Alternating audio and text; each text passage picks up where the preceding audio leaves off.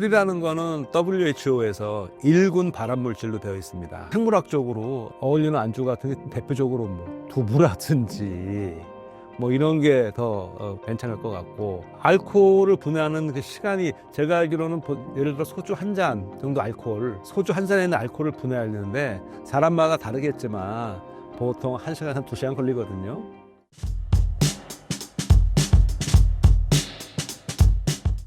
술이 역사가 굉장히 긴데 처음 먹은 사람들은 어떻게 먹게 된 건가요? 이 술 역사는 진짜 굉장히 긴데요. 제 생각에는 이거는 뭐 역사나 인류학의 고인류학에서도 이렇게 얘기하는데요. 저는 이렇게 생각을 해요. 술을 처음에 먹게 된 건 우연적인 사건이었다. 우연의 사건이다. 왜? 자, 구석기 시대에 수렵 채집을 하잖아요. 다니다 보면 뭐 과일도 다 먹고 이래서 먹지 않겠습니까? 근데 이 떨어진 과일이 있어. 그러면 생각을 해보세요. 그 당시에 이거 위에 있는 그 떨어진 거 가릴 수가 없잖아요. 근데 떨어지면 이게 발효가 된단 말이에요. 왜 우리도 왜 과일 집에 오래 놔두면 살짝 술 되잖아요. 효모는 자연에 많거든요.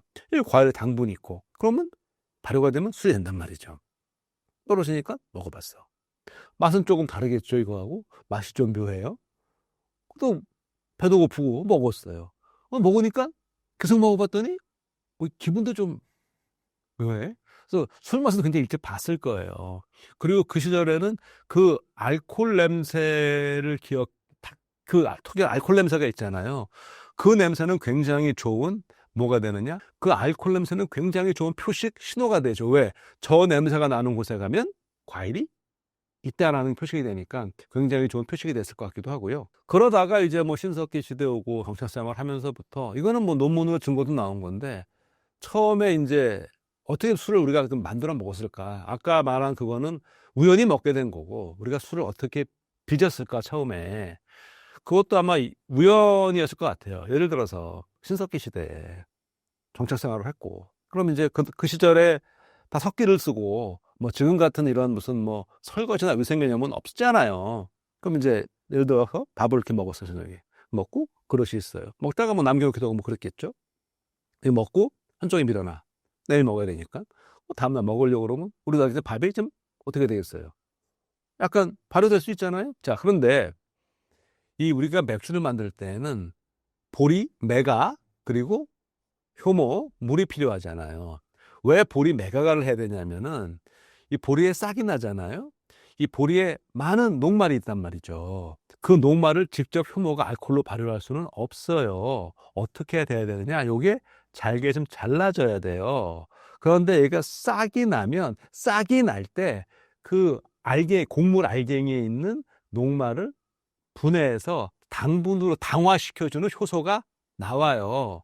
근데 그 효소가 우리 침에도 있어. 바로 아밀레이즈라는 거거든요. 이 아밀레이즈가, 왜 밥은 씹을수록 달아지잖아요. 왜 그런 거예요. 효소가 밥을 씹을수록 처음에는 그 녹말은 달지 않았는데 아밀레이즈가 이걸 계속하면서 달달하게 해주는 거거든요. 자, 그러니까 밥을 먹다가 밀어놨어. 침이 들어가요. 뭐가 들어가죠? 거기에 침에 있던 아밀레이즈가 들어가죠. 수분 있죠. 효모 들어오죠. 그러면 밤새껏 발효가 되죠. 그래서 마찬가지일 것 같아요. 이것도 아침에 일어나서 먹으려 했는데 어저께랑 좀 다른데 버리기 아깝고 뭐 먹어야죠. 배고프니까. 그걸 먹었는데 역시 맛이 묘해. 근데 그중 먹으니까 괜찮아. 그다음부터는 막 그렇게 해서 알게 되지 않았을까. 제가 알기로는 지금도 뭐 어느 나라에선가는 이 밥을 입으로 씹어서 발효하는 게 있는 걸로 제가 알고 있어요. 예. 사람이 술에 취하는 이유가 무엇인가요? 피디님은 어떻게 약주 하시나요? 그러면 그 기분 아시죠? 예. 어때요? 처음에 술 한 잔, 두 잔 들어갔을 때 어떤 신체 변화가 오던가요? 쓰다가 기분이 좋아지죠. 예, 쫙 올라온 느낌이 나고. 이 술의 흡수가 빨라요. 보통 위에서 한 20% 흡수되고요.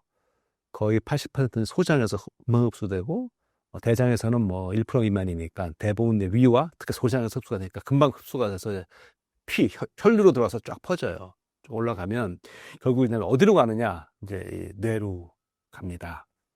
뇌로 가서 왜 이제 말씀하신 기분이 좀 좋아지고, 말했던 사람이 말도 많아지고, 사실 어떤 사람은 또 이게 또 우는 분도 계시고, 정말 좀 힘든 경우는 어떤 분은 약간 좀 막 거칠어지는 분도 생기죠. 어쨌거나 술을 들어가면 사람이 좀 변해요. 이제 그 변하는 이유는 이거 그냥 쉽게 얘기하면 우리가 이제 평소에 있을 때는 뭔가 우리가 이제 절제도 하고 자제력이 있잖아요. 브레이크를 탁탁 해서 거는 건데 이 술이 뇌에 들어가면 이제 그 브레이크를 풀어버린다고 볼 수 있어요. 어떤 얘기냐? 일단 이 자제력이 우리가 보통 뇌 앞에 전두엽이서 이제 이런 그 이성적인 판단이나 자제력을 하게 되는데 이 술에 들어가면 알코올 들어가면 점점 여기 브레이크가 좀 풀려. 그러니까 이제 평소 같으면 안 했을 말도 막 하게 되고 이제 그렇게 행동이 되는 거예요. 그리고 평소에 굉장히 조용한 사람도 이제 막 말이 많아지고 그다음에 보통 이제 술 드시면 기분이 좀 좋아지는 이유가 흔히 말하는 그 도파민이라는 이제 그런 그 쾌감을 주는 그 신경 전달 물질을 이제 분비를 좀 더 촉진해 주죠.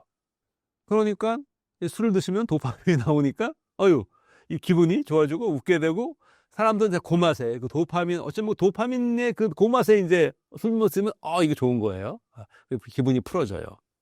그럼 아까 술 드시고 우는 분 왜 우느냐? 기분이 좋아져야 되는데. 근데 이제 이게 술을 더 드시면 이게 우는 분이 처음부터 울잖아요. 한참 있다 더 들어가면 울지. 이게 이제 과해지면 이 도파민이 어떻게 되냐면 이 오히려 도파민이 분노나 슬픔의 감정도 더 증폭을 시켜버려요. 그러니까 이제 막 울기도 하고 거칠어지기도 하고 술을 이제 과하게 드시면 이제 그런 일이 생기게 되죠.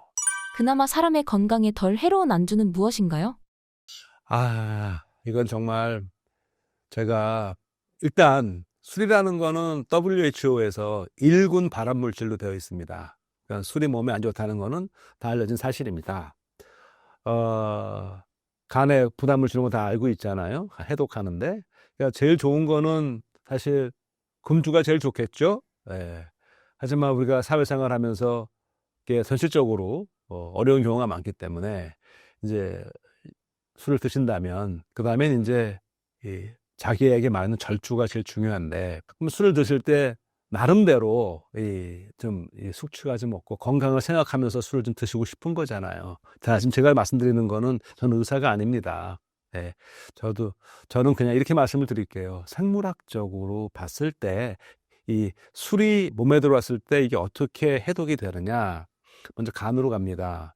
그러면 알코올 탈수소 효소, 그러니까 알코올에서 수소를 하나 떼어내는 거죠. 그래서 알코올이 아세트알데하이드라는 그런 화합물로 바뀌어요. 그러면 두 번째로 아세트알데하이드가 아세트알데하이드 탈수소 효소, 또 수소를 빼면은 뭐가 되느냐? 아세틱 애시드, 초산, 식초가 되는 거예요. 이거는 별로 해롭지 않아요. 그러면 이거 물에 녹아서 배수이 되면 돼요. 요는 알코올도 1군 발암물질이지만 이제 우리 몸에서 더 문제가 되는 게 바로 아세트알데하이드예요. 이것이 숙취라든지 머리 아프게 하고 얼굴 빨개지게 하고 그러니까 특히나 그 아세트알데하이드를 제거하는 효소 기능이 떨어지거나 심지어 그게 아예 활성이 없는 분들도 있거든요. 그런 분들은 이제 술 못 드시는 거죠. 얼굴 다 빨개지고 막 좀만 드셔도 그냥. 그러니까 그 해독 과정을 알면 어쨌든 그 해독을 좀 잘 할 수 있게 도와주는 거. 그러면 이 과정에 필요한 특정 아미노산들이 있어요. 그러니까 그런 아미노산들이 좀 풍부한 그런 음식이 도움이 될 거고요. 그래서 보통 그래서 이런 숙취 음료 이런 거 보게 되면 이제 그런 유해 아미노산들이 좀 많이 들어 있어요. 이 간에 도움을 줄 수 있는 그런 성분들.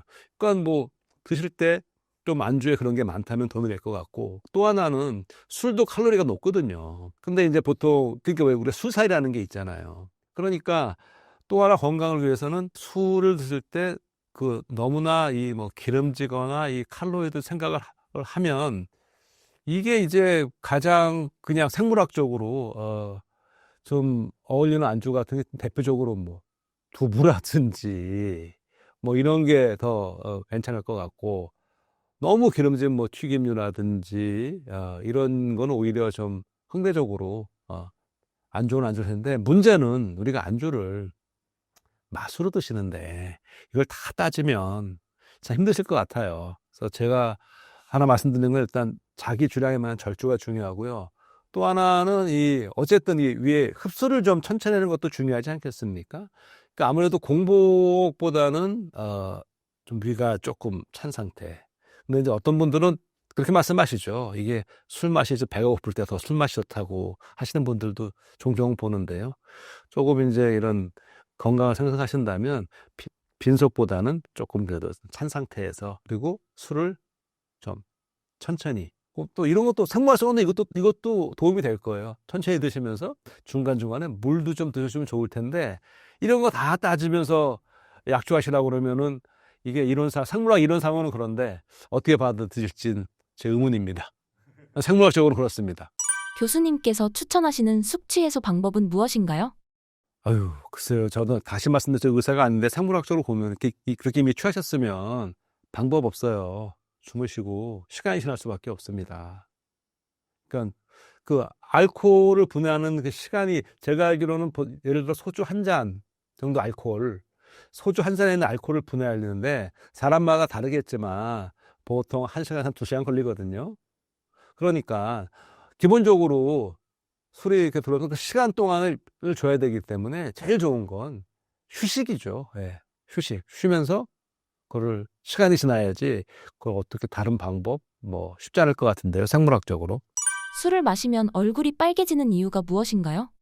얼굴 빨개지는 아까 말씀드린 것처럼 그 알코올에서 아세트알데하이드가 된 다음에 그 아세트알데하이드를 빨리 제거 못 해주면 걔가 혈액으로 들어가서 얘가 이 모세혈관을 확장해주고 막 그러거든요. 얼굴이 빨개지거든요. 그러니까 그런 분들은 그 아세트알데하이드를 제거하는 효소 활성이 낮거나 아주 심한 경우에는 활성이 없는 경우도 있어요. 그러면은 얼굴이 다 빨개지죠. 근데 상대적으로 서양인보다 아시아인, 동양인의 훨씬 게 많아요. 특히 한국인, 일본인의 그 비율이 많습니다. 술을 마시면서 달다고 하시는 분들이 계시는데 왜 그런 건가요? 혹시 피디님은 달게 느껴지신 적이 있으세요? 언제 달게 느껴지시던가요? 힘들 때. 힘들 때? 예. 달다 하는 거는요. 우리가 이제 당분이 단 것도 있지만 우리가 보통 쓰는 달다는 그 표현이 그것만 말하는 게 아니고 왜 우리가 시원해 했을 때 그 시원하다는 게 차가운 거 시원해 뜨거운 것도 지고도 시원할 때가 있잖아요. 그러니까 술이 달다는 얘기는 물론 그래도 약간 그 단맛이 있을 수 있고 특히 술에 따라서는 감미료가 들어온 것도 있고 와인도 약간의 그게 있고 그런데 그거 다 배제하더라도 또 하나 단맛은 그때 그 기분, 우리가 맛을 느끼는 거는 결국 입에서 감각한 다음에 뇌에서 이 모든 이 감각을 통합하는 거잖아요. 그러니까 그 기분에 따라서 오히려 기분이 좀 더 좋다거나 아니면 진짜 마시기 힘들 때라는 거 막 일을 하고 오늘 정말 나 맥주 한 잔 마셔야겠다. 그럴 때 그 기분에 그럴 때 오히려 시원해 그렇게 느끼실 수 있을 것 같아서 술이 달다는 거는 그때 상황에서 종합적으로 뇌가 판단했을 때 달게 느끼는 거기 때문에 술 자체의 단맛보다는 그때의 감정, 분위기 때문에 그렇지 않을까 그렇게 생각합니다.